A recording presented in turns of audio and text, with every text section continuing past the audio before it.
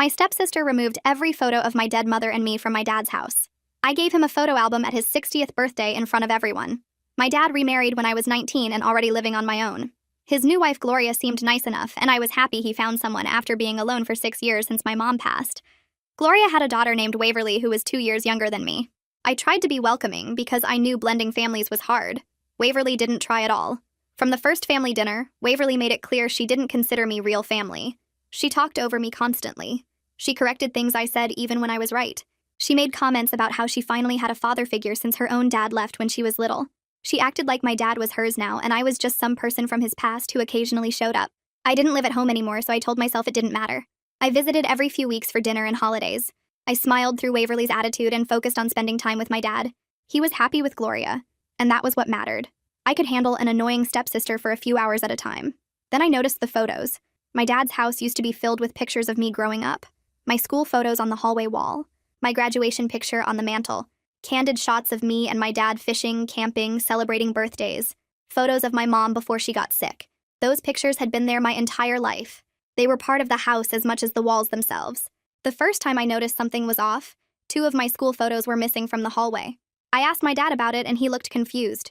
He said Gloria must have moved them while redecorating. I found them in a box in the garage. I put them back up myself. A month later, they were gone again. This time 3 more photos had disappeared too.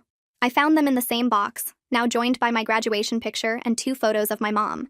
I confronted my dad directly. He said he didn't know what was happening, but he'd talked to Gloria. Nothing changed. Every visit, more photos vanished. The fishing trip pictures, the camping memories, my 5th birthday party, my first day of school. One by one, my entire childhood was being erased from the walls of my father's house.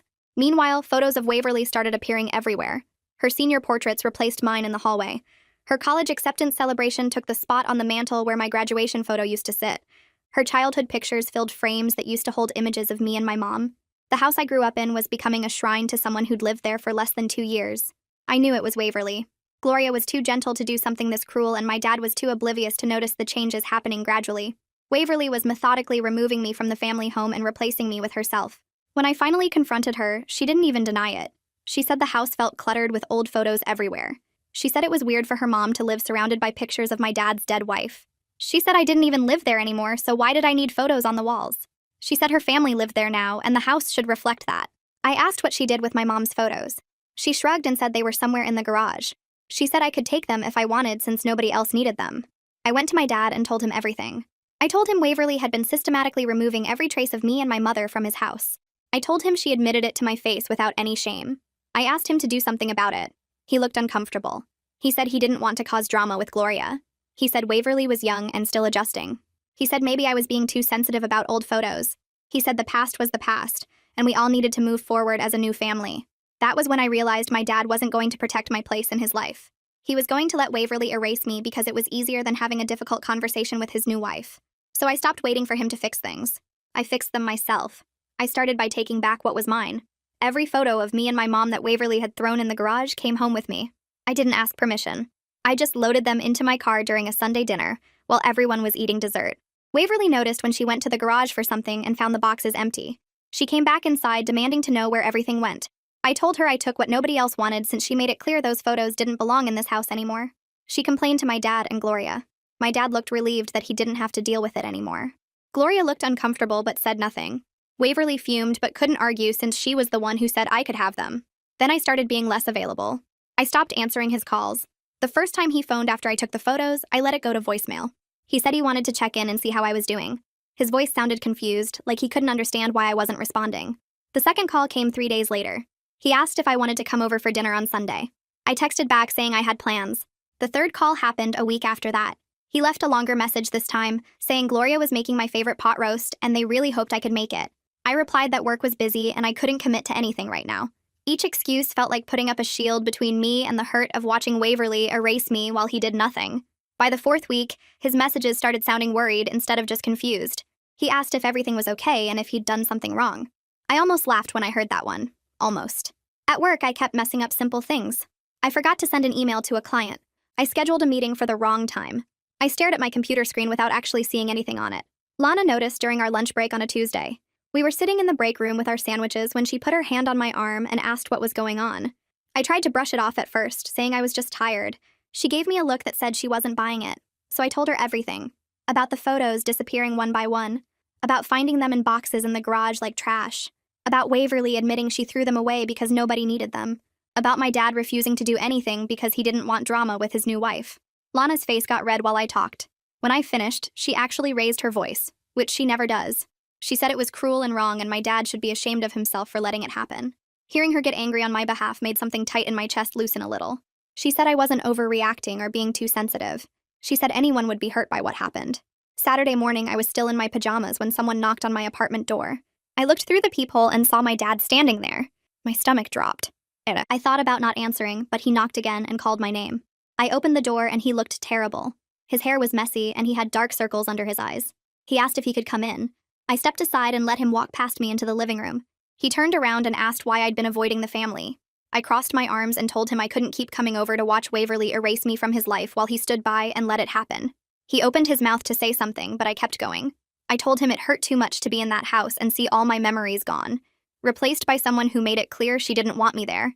He started with the same excuses. He said Waverly was young and still adjusting to the new family situation. He said blending families took time and patience. I cut him off before he could finish. I told him she admitted everything to my face without any guilt or remorse. She said nobody needed those photos. She threw away pictures of my dead mother like they were garbage. I told him his refusal to do anything about it made me feel like I didn't matter anymore. Like he'd rather keep his new wife happy than protect my place in his life. My voice cracked when I said that last part, but I didn't cry. He looked like I'd slapped him. His face went pale and he sat down on my couch without asking. He put his head in his hands and stayed quiet for a long minute. When he looked up, his eyes were wet. He said he was sorry. He said he'd been trying to avoid conflict and didn't realize how much damage he was causing. He promised he'd talk to Gloria seriously this time and make sure things changed. I sat down in the chair across from him and told him I'd heard that promise before. I needed to see actual change, not just words. I needed him to stand up for me and my mom's memory instead of taking the easy way out. He nodded and said he understood. He asked if I would give him a chance to fix things. I didn't answer right away. Finally, I said I would wait and see what he actually did. He stood up and hugged me before he left. It was a long hug, the kind he used to give me when I was little and scared of something. After he walked out, I stood in my living room feeling guilty and relieved at the same time. Guilty for making him feel bad. Relieved that I'd finally said everything I needed to say. I called Evangeline right away. She answered on the second ring and I asked if she could come over.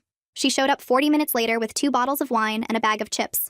We sat on my couch and I told her everything that happened with my dad. She listened without interrupting, which is one of the things I love most about her. When I finished talking, she poured us both more wine and said I did the right thing by being honest. For the next 2 hours, I vented about everything. About feeling erased. About being scared my dad was choosing his new family over me.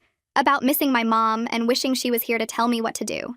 Evangeline just listened and nodded and refilled my glass when it got empty. Before she left, she suggested something I hadn't thought about. She said maybe I should talk to a therapist about all of this.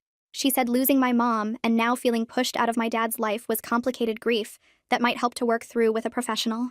She gave me the name of someone she'd seen after her parents got divorced. She said the therapist really helped her understand that she wasn't responsible for fixing everyone else's problems. I took the name and put it in my phone. After Evangeline left, I sat alone in my apartment and thought about whether I was ready to talk to a stranger about all this pain I'd been carrying. The next week, I made an appointment with the therapist. Her name was Dr. Sparks and her office was in a building downtown. I felt nervous walking in for the first session. I'd never done therapy before and didn't know what to expect. Dr. Sparks was younger than I thought she'd be, maybe in her late 30s, with kind eyes and a calm voice. She asked me to tell her what brought me in. I started talking, and once I started, I couldn't stop. I told her about my mom dying when I was 19, about my dad remarrying, about Waverly removing every photo of me and my mother from the house, about my dad refusing to do anything to stop it. Dr. Sparks listened and took notes and asked questions that made me think. By the end of the hour, I realized something I hadn't wanted to admit. I'd been holding back so much anger because I didn't want anyone to think I was against my dad being happy. I'd been swallowing my hurt and pretending everything was fine when nothing was fine at all. Dr. Sparks helped me see that protecting my mother's memory and wanting my place in the family wasn't the same thing as rejecting Gloria and Waverly. She said I had a right to exist in my father's life and home. She said setting boundaries wasn't mean or selfish. It was healthy and necessary. I left that first session feeling like someone had given me permission to stop pretending I was okay. On the drive home, I cried, but it was a different kind of crying than before. It felt like letting something go instead of holding it in. 2 weeks went by with no word from my dad. No calls, no texts, no messages asking me to come to dinner. At first, I thought maybe he was giving me space. Then I started wondering if he'd decided it was easier to just let me drift away. That thought hurt worse than anything else. I kept checking my phone, hoping to see his name pop up, hoping he'd prove me wrong by actually doing something about the situation instead of just promising to. Every day that passed without hearing from him felt like proof that I'd been right. He wasn't going to fight for me. He was going to choose the easier path and let Waverly have what she wanted. I tried to focus on work and my own life, but the silence from him sat heavy in my chest like a stone I couldn't cough up. Gloria's name showed up on my phone screen 3 days later. I stared at it for a few seconds before answering, because I couldn't figure out why she would call me directly instead of having my dad do it. She asked if I had time to meet for coffee that week, and her voice sounded careful, like she was trying not to say the wrong thing. I told her yes, even though I wasn't sure what this was about. We agreed to meet at a place halfway between our houses on Saturday morning. I spent the next few days wondering what she wanted to talk about without my dad or Waverly there to hear it. Saturday came and I got to the coffee shop first. I ordered my drink and sat at a table near the window where I could watch the parking lot. Gloria pulled in 10 minutes later driving her silver car. She walked inside and spotted me right away. She looked nervous when she sat down across from me. Her hands wrapped around her coffee cup like she needed something to hold on to. She thanked me for meeting her and then she just started talking. She said my dad finally explained everything to her about the photos and what Waverly had been doing for months. She looked me in the eye and said she was horrified when she realized how much her daughter had removed from the house. She said she didn't know it had gotten that bad because she wasn't paying attention to what Waverly was doing. Gloria kept talking, and I could tell this was hard for her to say. She apologized for not noticing sooner. She said she was so focused on making her new marriage work and keeping everyone happy that she missed what was happening right in front of her. She admitted she should have been watching Waverly more closely because blending families was complicated and required actual effort from everyone. She asked me what she could do to make things better between us and fix what her daughter had broken. Her face looked sincere when she said it. I believed she meant it. I told her I appreciated the apology and I could tell she was being honest with me. But I also told her the truth about where we stood now.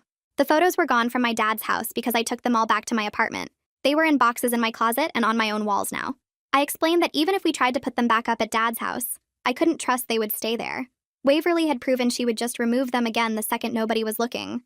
I said I wasn't willing to go through that cycle anymore, where I kept finding my family memories thrown in the garage like trash. Gloria surprised me by nodding and saying she understood completely. She said she didn't blame me one bit for protecting what was mine. She leaned forward a little and her voice got quieter. She told me that Waverly had always struggled with jealousy ever since she was little. She said her daughter felt like she had to compete for attention and approval constantly. She admitted that losing her own father when she was young made Waverly desperate to claim my dad as hers alone. Gloria said that didn't excuse the behavior, but it helped explain where it came from. She looked tired when she said it, like this was something she'd been dealing with for years. I decided to ask the question that had been bothering me since this whole thing started. I asked Gloria directly if she was bothered by my mom's photos being displayed in the house when she first moved in. I needed to know if Waverly was acting on her own, or if Gloria had wanted those pictures gone too. Gloria shook her head immediately. She said she knew exactly what she was marrying into when she said yes to my dad. She said she never expected him to erase his past or pretend my mom never existed. She told me she thought it was healthy that he kept those memories visible because it showed he was capable of real love. She said she wasn't threatened by a woman who passed away years ago. We kept talking and the conversation went on for over an hour. We covered everything from how the marriage started to what living with Waverly was really like day to day. Gloria told me stories about her daughter's behavior that made it clear this wasn't just about me. Waverly had jealousy issues with other people too. I started seeing Gloria as her own person, separate from what her daughter had done. She was genuinely trying to make this blended family work, even though her daughter was making it nearly impossible. That effort mattered to me even if the situation was still broken. Before we left, Gloria brought up my dad's 60th birthday. She said it was coming up in 2 months and they were planning a party at the house. She asked if I would come and be part of the celebration. I told her I needed to think about it because I wasn't sure I was ready to walk back into that house and pretend everything was fine. She said she understood and she wouldn't pressure me either way. We hugged in the parking lot before getting in our separate cars. It felt weird but also good to have actually talked to her like real people, instead of just being polite strangers at family dinners. That night I couldn't stop thinking about the birthday party. I went to my closet and pulled out the boxes of photos I'd rescued from the garage. I sat on my bedroom floor and started going through them one by one. I really looked at them this time instead of just grabbing them and running. There were so many moments captured in these pictures. My 5th birthday with the homemade cake my mom decorated. The camping trip where my dad taught me to fish. My first day of kindergarten standing on the front porch. My mom laughing at something off camera before she got sick. My high school graduation with both my parents beaming in the audience. Every single memory that Waverly had decided didn't matter enough to keep on the walls. I spread the photos out on my carpet and they covered almost the entire floor. Looking at them all together like this made me realize just how much of my life Waverly had tried to throw away. These weren't just old pictures taking up space like she claimed. These were proof that I existed in my dad's life long before she showed up. These were proof that my mom was real and loved, and part of our family story. An idea started forming in my head while I sat there surrounded by all those memories. It started small, but grew bigger the more I thought about it. What if I made a photo album for my dad's birthday that told the whole story Waverly tried to erase? What if I gave him back all these memories in a way he couldn't ignore or let disappear again? I picked up my phone and called Evangeline. She answered on the second ring, and I could hear music playing in the background. I told her about the photo album idea, and she got quiet for a second before saying it was perfect. She said it wasn't petty or mean. It was just showing the truth that Waverly tried to hide.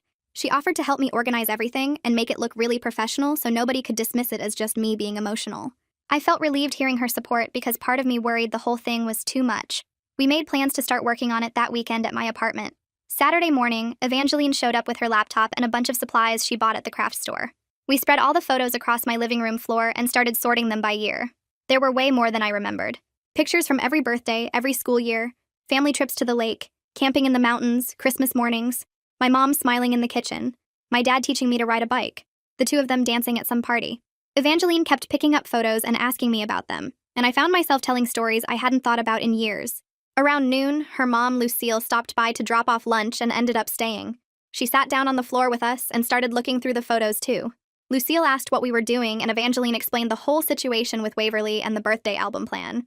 Lucille got this look on her face that reminded me she went through her own blended family stuff when Evangeline's dad remarried.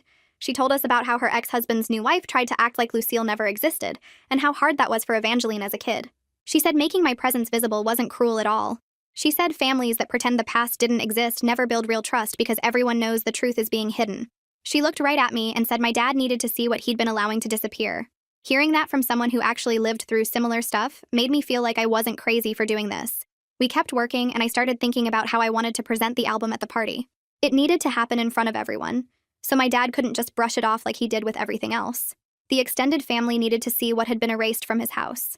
I wasn't trying to embarrass anyone or start a fight. I just wanted people to remember that I existed in my dad's life before Gloria and Waverly showed up. I wanted them to see my mom was a real person who mattered and deserved to be remembered. Evangeline said we should get a really nice leather album, something that looked expensive and thoughtful, so nobody could say I threw it together last minute out of spite. We spent an hour looking at options online and found this beautiful dark brown leather one with gold corners. I ordered it with express shipping. Over the next few days, we worked on organizing the photos in chronological order and writing little captions for each one. My 5th birthday party with the homemade cake. First day of kindergarten on the front porch. Family camping trip to Yellowstone. My mom before she got sick. Laughing at something off camera. My high school graduation with both my parents in the audience. Some recent pictures of just me and my dad from the past year. Evangeline helped me arrange everything so it told a complete story of our relationship from when I was little until now. My mom's pictures were included naturally as part of our family history, not hidden away like they didn't matter. Each page we finished felt like taking back a piece of myself that Waverly tried to throw away. The work became sort of healing in a weird way. Every photo I placed in the album was me refusing to be erased. Every caption I wrote was me saying I belonged in this family and my history mattered. I wasn't asking permission anymore or waiting for my dad to fix things. I was fixing them myself by making sure everyone could see the truth. Evangeline noticed I seemed calmer as we worked, and she was right. I felt like I was doing something instead of just being hurt and angry. My dad called me twice during those weeks. The first time he asked if I wanted to come over for dinner, and I said I was busy with work. The second time he asked if everything was okay because I seemed distant. I told him everything was fine and kept the conversation short. I didn't mention the album because I wanted it to be a complete surprise. He needed to open it in front of the whole family and see what had been taken from his walls. If I told him ahead of time, he might try to talk me out of it or prepare some excuse. My phone buzzed one afternoon with a text from Waverly. The message said her mom told her she needed to apologize for removing the photos. She said she was sorry if I felt hurt by what she did. The whole thing was so obviously forced. Gloria must have made her send it because the words didn't sound anything like Waverly. There was no actual acknowledgement that what she did was wrong, just sorry if I felt hurt, like my feelings were the problem instead of her actions. She probably typed it while rolling her eyes, and then went back to whatever she was doing without thinking about it again. I stared at the message for a long time. Part of me wanted to type back something angry about how fake her apology was, but I didn't respond at all. I was done accepting half-hearted apologies that didn't mean anything. I was done pretending things were fine when nothing had actually changed. Waverly still thought she had the right to erase me from my dad's house, and my only problem was being too sensitive about it. A text message Gloria forced her to send wasn't going to fix that. I deleted the message and went back to working on the album. 3 weeks before the party, my phone buzzed with a text from Gloria. She asked if I was coming to Dad's birthday and if I wanted to bring anyone.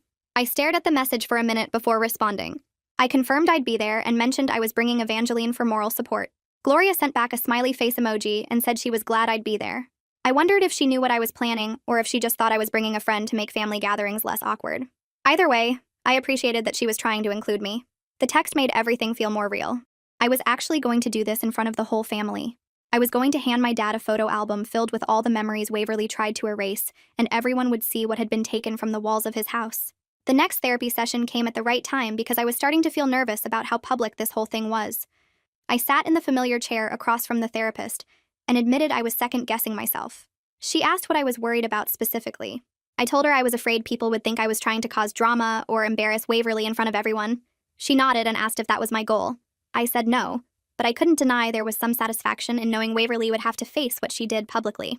The therapist leaned forward and asked me directly if this was about healing or revenge. I thought about it for a long time before answering. I told her it was about healing because I needed my dad to see what he'd been allowing to disappear. I needed him to understand that his past with me and my mom mattered and shouldn't be hidden away to make his new family comfortable. The therapist agreed that was different from revenge. She said making my presence visible wasn't cruel. It was necessary. She reminded me that I had a right to exist in my father's life and home. By the end of the session, I felt more confident about the birthday party. This wasn't about hurting anyone. This was about refusing to be erased. A few days later, my phone rang with a call from Uncle Paul. He was Dad's younger brother, and we'd always gotten along well, even though I didn't see him as often as I'd like. He called to catch up and mentioned he was planning to come to Dad's birthday party. I asked him if he remembered all the photos that used to be in Dad's house from when I was growing up. Paul said of course he remembered them. He used to joke about how Dad had turned the hallway into a shrine to my childhood. I took a breath and asked if he'd noticed they were gone. There was a pause on the other end of the line. Paul said he had noticed last time he visited and thought it was strange but didn't want to bring it up.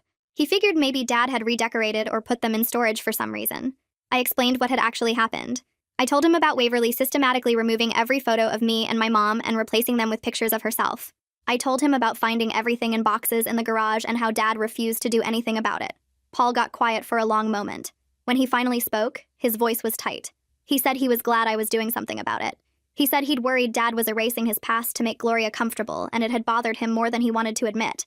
Paul kept talking, and I could hear the concern in his voice. He said he'd been worried about how all of this affected me, but didn't know how to bring it up without seeming like he was interfering in Dad's new marriage. He admitted he'd noticed I'd been coming around less and wondered if it was related to the changes in the house. I confirmed that it was. Paul told me he understood why I'd pulled back and said he didn't blame me at all. He said watching Dad let Waverly erase me from the family home had been difficult for him to witness as my uncle. He'd wanted to say something but didn't know if it was his place. Hearing that I had family support made me feel stronger about what I was planning. I told Paul about the photo album I was making for Dad's birthday and what it would contain.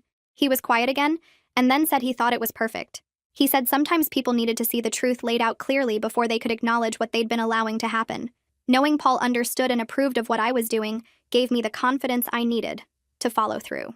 1 week before the party, Evangeline texted me that the album was ready for pickup. We drove to the professional printer she'd found through a friend who did wedding photography. The woman behind the counter brought out a large wrapped package and set it on the counter carefully. I unwrapped it slowly and my breath caught when I saw the finished product. The leather cover was beautiful and substantial, clearly made with care. I opened it and flipped through the pages we'd designed together. Every photo was crisp and perfectly placed. The captions we'd written told the story of my relationship with Dad from my earliest memories to recent pictures. My mom was included naturally throughout as part of our family history. The whole thing looked professional and intentional, not thrown together or petty. Evangeline squeezed my shoulder and said it was perfect. I paid for the album and held it carefully as we walked back to the car. This was really happening. In 1 week, I was going to hand this to my dad in front of everyone at his birthday party. That night, I sat at my kitchen table with the album open in front of me. I'd bought a nice pen and thought carefully about what to write on the first page. The inscription needed to set the right tone for everything that followed. I wanted it to be sincere and loving, not angry or accusatory. After several drafts on scratch paper, I wrote carefully on the first page, "To Dad on your 60th birthday. A celebration of the family we've been and the memories we've built together. Love, always." I read it over several times. It was perfect because it was true. This album was a celebration of our relationship and our history. The fact that it also showed what had been removed from his walls was just the truth telling itself. I closed the album and wrapped it carefully in birthday paper I'd picked up earlier. The gift was ready. Now I just had to get through the next week without losing my nerve. Evangeline came over a few days later and we practiced what I would say when I presented the gift. I wanted to be gracious and warm when I gave it to Dad. The photos themselves would tell the story of what had been taken from his house. I didn't need to make accusations or point fingers. Evangeline played the role of various family members watching, and we rehearsed different reactions. She reminded me to stay calm no matter what Waverly said or how she reacted. The goal was to give Dad something meaningful that happened to also show everyone what had been erased. We went through it several times until I felt comfortable with what I planned to say. Evangeline made me promise I wouldn't let anyone make me feel guilty for giving my dad a photo album of our life together. She said I had every right to celebrate my relationship with him and my mom's memory. The night before the party, I barely slept. I kept second-guessing whether this was the right approach. Maybe I should just talk to Dad privately instead of doing this publicly. Maybe I was being too dramatic or vindictive. But then I'd remember Waverly's face when she told me nobody needed my mom's photos. I'd remember her casual cruelty when she said I didn't live there anymore. So why did I need pictures on the walls? I'd remember my dad's relief when I took all the photos away myself so he didn't have to deal with the conflict. Every time I started to lose my nerve, I reminded myself why I was doing this. My dad needed to see what he'd been allowing to disappear. He needed to face it publicly because private conversations hadn't changed anything. I deserved to exist in his life, and my mom deserved to be remembered. By the time the sun came up, I was exhausted but determined. This was happening. The morning of the party, I stood in front of my closet trying to decide what to wear. I finally chose a dress my mom had always loved, a simple blue one that she said brought out my eyes. I put it on and looked at myself in the mirror. I looked like someone who belonged at her father's birthday party. I looked like someone who had every right to give him a meaningful gift. My phone buzzed with a text from Evangeline saying she was on her way. I grabbed the wrapped album and waited by the door. When she pulled up, I got in the passenger seat and she immediately started giving me a pep talk. She reminded me that standing up for myself with dignity was not the same as causing drama. She said giving my dad a photo album of our life together was a completely normal and loving thing to do. If it happened to also show what had been removed from his house, that was just the truth making itself visible. She squeezed my hand and said she was proud of me for refusing to be erased. I held the album in my lap as we drove toward Dad's house. My heart was pounding, but I felt ready. This was my family too, and I wasn't going to disappear quietly. We pulled up to the house and I saw the balloons first. Big silver ones spelling out 60 floated against the garage door. A banner stretched across the porch said "Happy Birthday" in bright blue letters. Cars lined both sides of the street and filled the driveway. Through the front windows, I could see people moving around inside. Lots of them. My stomach tightened. Evangeline parked down the block and turned off the engine. She reached over and squeezed my hand. I grabbed the album from the back seat and took a breath. The wrapping paper crinkled under my fingers as I held it against my chest. We walked up the driveway together, and I could hear voices and laughter coming from inside. Gloria must have invited everyone. I recognized my aunt's car and my cousin's truck. This was bigger than I expected. Evangeline rang the doorbell even though we could have just walked in. I needed that extra second. Gloria opened the door with a huge smile. She pulled me into a hug before I could say anything. She smelled like vanilla and her sweater was soft against my cheek. She told me she was so happy I came and held the door wide. The house was packed. People filled the living room and spilled into the kitchen. I spotted aunts and uncles I hadn't seen since Christmas. My cousin Johnny waved from across the room. Dad's friend Roger stood by the fireplace holding a beer. Then I saw my dad. He was talking to someone near the window, but he looked up right when I walked in. His whole face changed. He lit up like I'd given him the best gift already just by showing up. He crossed the room in 4 big steps and wrapped me in a hug that lifted me off my feet a little. He held on tight and I felt him breathe out against my hair. He whispered right in my ear that he was really glad I came. His voice cracked on the word glad. I could hear how worried he'd been that I might skip this, that I might decide our relationship wasn't worth showing up for anymore. I hugged him back and told him happy birthday. When he let go, his eyes were shiny. Gloria took our coats and Evangeline followed her to put them somewhere. I stood there holding the album and trying to get my bearings. The house looked the same, but different. Waverly's photos still covered the walls where mine used to be. The mantel held her college acceptance picture in the frame that used to display my graduation. But today there were decorations everywhere that made it harder to notice what was missing. I saw Gloria across the room and went over to say hello properly. She squeezed my arm and said she was glad I could make it. Her smile seemed real, genuine, like she actually wanted me here.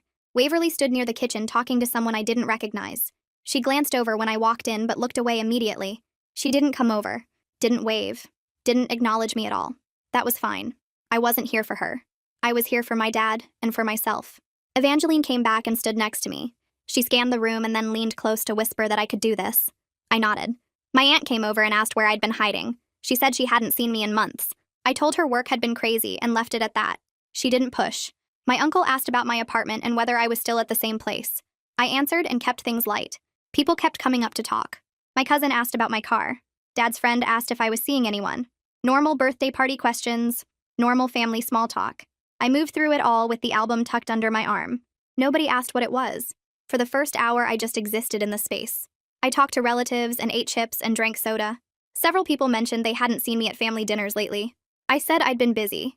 They nodded like that explained everything. I watched Waverly avoid me from across the room. She talked to everyone else but never looked my way. Gloria kept checking on me like she was worried I might leave. Dad stayed close. He kept finding reasons to stand near me or touch my shoulder when he walked past, like he was making sure I was really there. Then Gloria announced it was time for cake. Everyone moved into the living room. People grabbed chairs or stood along the walls. Dad sat in the big armchair near the fireplace. Gloria brought out a chocolate cake with candles already lit. Everyone sang happy birthday while Dad smiled and looked embarrassed. He blew out the candles and people clapped. Gloria started bringing out presents from a table by the window. I positioned myself near the fireplace where everyone could see me. Evangeline stood against the wall behind me, and when I glanced back, she nodded. Gloria handed Dad a big box first. He opened it and pulled out a set of golf clubs. Everyone made appreciative noises. He thanked Gloria and kissed her cheek. Waverly gave him a bottle of expensive whiskey. He held it up and people laughed about him being old enough to need the good stuff now. My aunt and uncle gave him a gift card to his favorite restaurant. My cousin gave him a card with cash inside. Dad opened each present slowly and thanked everyone. The room felt relaxed, happy. People were smiling and making jokes. Nobody expected anything unusual. I waited until he'd opened everything else. Then I stepped forward. The room got quieter. People noticed me moving. I held out the wrapped album and told him I made something special for his milestone birthday. My voice came out steady. Dad looked surprised but pleased. He took the album carefully like it might break. The wrapping paper was thick and he peeled the tape slowly. People watched. I could feel Evangeline behind me. Dad got the paper off and set it aside. He opened the album cover. The room went completely silent. I watched his face. He stared at the first page for a long moment. My inscription sat there in my handwriting. To Dad on your 60th birthday. A celebration of the family we've been and the memories we've built together. Love always. He touched the words with his finger. Then he turned the page. His expression changed. His eyebrows pulled together and his mouth opened slightly. He turned another page. And another. People started leaning in to see what he was looking at. My aunt moved closer. Uncle Paul stood up from his chair. I heard quiet reactions. Someone said, "Oh." Someone else made a soft sound. Uncle Paul caught my eye from across the room. He nodded once. Slow and deliberate. Like he understood exactly what I'd done and why. Dad kept turning pages. His hands shook a little. Page after page of photos. Me as a baby in my mom's arms. Me and Dad fishing when I was 7. My mom before she got sick. Smiling at the camera. My 10th birthday party. My first day of high school. The camping trip when I was 12. My graduation. All of it. Everything that used to hang on these walls. Everything that had been erased. Dad's eyes filled with tears. They spilled over and ran down his cheeks. He didn't wipe them away. He just kept turning pages and crying silently. The whole room watched. Nobody spoke. Finally, he looked up at me. His face was wet, and his voice broke when he said he didn't realize how much was missing until he saw it all together like this. I looked around the room and watched faces change as people leaned in to see what Dad was holding. Gloria stood behind him with her hand on his shoulder. Her expression shifted from curious to something else as she started to understand what the album contained. She looked at page after page of photos that used to hang in this house. Photos she'd been living with for 2 years without realizing they were disappearing. Her face went pale and she glanced at Waverly. Waverly had moved back against the wall like she wanted to blend into it. Her arms were crossed tight over her chest and she stared at the floor. She wouldn't look at anyone. The room stayed quiet except for Dad turning pages. People kept moving closer to see. My aunt leaned over Dad's shoulder. My uncle stood up from his chair and walked over. Cousins crowded around. Everyone could see what I'd put together. Every photo told a story about what this house used to look like before Waverly decided I didn't belong here anymore. Dad closed the album carefully and set it on his lap. He stood up and walked straight to me. He pulled me into a hug so tight I could barely breathe. He kept saying thank you over and over against my hair. His voice cracked and I felt him shaking. He stepped back but kept his hands on my shoulders. He turned to face everyone in the room. He held up the album and told them this was the best gift he'd ever received. He said he was sorry he let these memories get put away. He said he didn't realize how much he'd lost until he saw it all together like this. His voice got louder when he said the last part. He looked at Gloria when he said it. Then he looked at Waverly. Nobody said anything for a long moment. Then Gabriella spoke up from the couch. She said she'd been wondering what happened to all the family photos. She said she noticed the house felt different the last few times she visited, but she couldn't figure out why. Now she understood. Other relatives started murmuring. My cousin said she remembered the fishing pictures that used to be in the hallway. My uncle mentioned the photos of my mom that used to sit on the bookshelf. Everyone was looking at Waverly now. She kept her eyes down, but her face had gone from pale to red. The social pressure in the room was thick enough to touch. Gloria moved away from Dad and walked over to Waverly. She put her hand on Waverly's arm and spoke quietly, but everyone could hear her. She said they needed to talk later. Her voice had an edge I'd never heard before, firm and serious. Not angry, but definitely not gentle. Waverly nodded without looking up. She looked like she wanted the floor to open up and swallow her. I felt satisfaction settle in my chest, but it wasn't cruel. It was just relief that people finally saw what had been happening. The party started moving again, but the energy had completely shifted. People went back to their conversations, but they kept drifting over to look at the album. Dad sat down with it, and family members took turns sitting next to him and going through pages. They shared memories about the photos. Remember when you caught that huge fish? Remember that camping trip when it rained for 3 days straight? Remember your mom's smile? Dad kept the album close to him like he was afraid it might disappear if he let go. He touched the pages gently and listened to everyone's stories. Uncle Paul pulled me aside into the hallway while everyone else was distracted. He told me I did the right thing. He said Dad needed to face what he'd been allowing to happen. Sometimes people need to see the truth laid out clearly before they can acknowledge it. He squeezed my shoulder and said he was proud of me for standing up for myself and for my mom's memory. Roger came over a few minutes later while I was getting a glass of water in the kitchen. He's been Dad's friend since college, and he knows this house almost as well as family. He mentioned that he noticed the house looked different the last time he visited. He said it felt wrong somehow, but he didn't want to say anything because it wasn't his place. He told me quietly that he was glad I spoke up in my own way. He said some things need to be said even when they're uncomfortable. The party started winding down around 8. People were gathering their things and saying goodbye. Dad came over to where I was standing with Evangeline. He still had the album in his hands. He asked if he could make copies of some of the photos. He wanted to put them back up in the house where they belonged. I told him I'd already thought of that. I went out to my car and brought in a box I'd left in the trunk. Inside were duplicate prints of every photo in the album. I'd had them made at the same time I put the album together. I told him he could put them back up wherever he wanted. Gloria came over when she saw the box. She said immediately that the photos should definitely go back up. She offered to help arrange them this weekend. She looked at me when she said it, and her expression was apologetic. Waverly stood across the room watching, but she didn't say anything. She didn't object or argue. She just stood there looking defeated. She knew she'd lost this battle, and everyone had witnessed it. Before Evangeline and I left, Dad pulled me aside into his office. He closed the door and we stood there in the quiet. He apologized for not protecting my place in the family. He said he'd been avoiding conflict instead of doing what was right. He admitted he knew something was wrong, but he didn't want to cause drama with Gloria. He said he sees now how much that hurt me. He said watching Waverly erase me was easier than having a difficult conversation, and he was ashamed of that. His eyes filled with tears again, and he asked if I could forgive him. I told him I forgave him, but I needed to see real action this time, not just words. He nodded and wiped his eyes with the back of his hand. He promised the photos would stay up exactly where they belonged. He said he'd make sure I was included in every family event and decision from now on. He squeezed my hand and told me he loved me, and he was sorry it took him so long to understand what he'd been allowing to happen. I hugged him back and felt some of the tension I'd been carrying for months start to ease. We stood there for a minute before rejoining the party, and I noticed Gloria watching us from the doorway with a sad but hopeful expression. The next morning, I woke up to a text from Dad with a photo attached. He'd already hung up 3 pictures in the hallway before breakfast. Over the following days, more photos arrived on my phone. My graduation picture back on the mantle, the fishing trip photo in the den, my 5th birthday party in the kitchen. Each image showed the photos exactly where they used to be, like they'd never left. But Dad didn't stop there. He also sent pictures of new frames he'd bought with recent photos of us together from the past year. Dinner at my favorite restaurant, the hike we took last spring, a selfie from when he helped me move furniture in my apartment. He was thinking about our ongoing relationship, not just preserving the past. I saved every picture he sent and felt something warm settle in my chest each time my phone buzzed with a new one. 3 weeks after the party, Gloria texted asking if I wanted to meet for coffee. I agreed, and we met at the same place as before. She looked tired but determined when she sat down across from me. She told me she'd been working with Waverly on understanding boundaries and respecting family history. She admitted the progress was slow, and Waverly was resistant to acknowledging she'd done anything wrong. But Gloria said she wasn't giving up.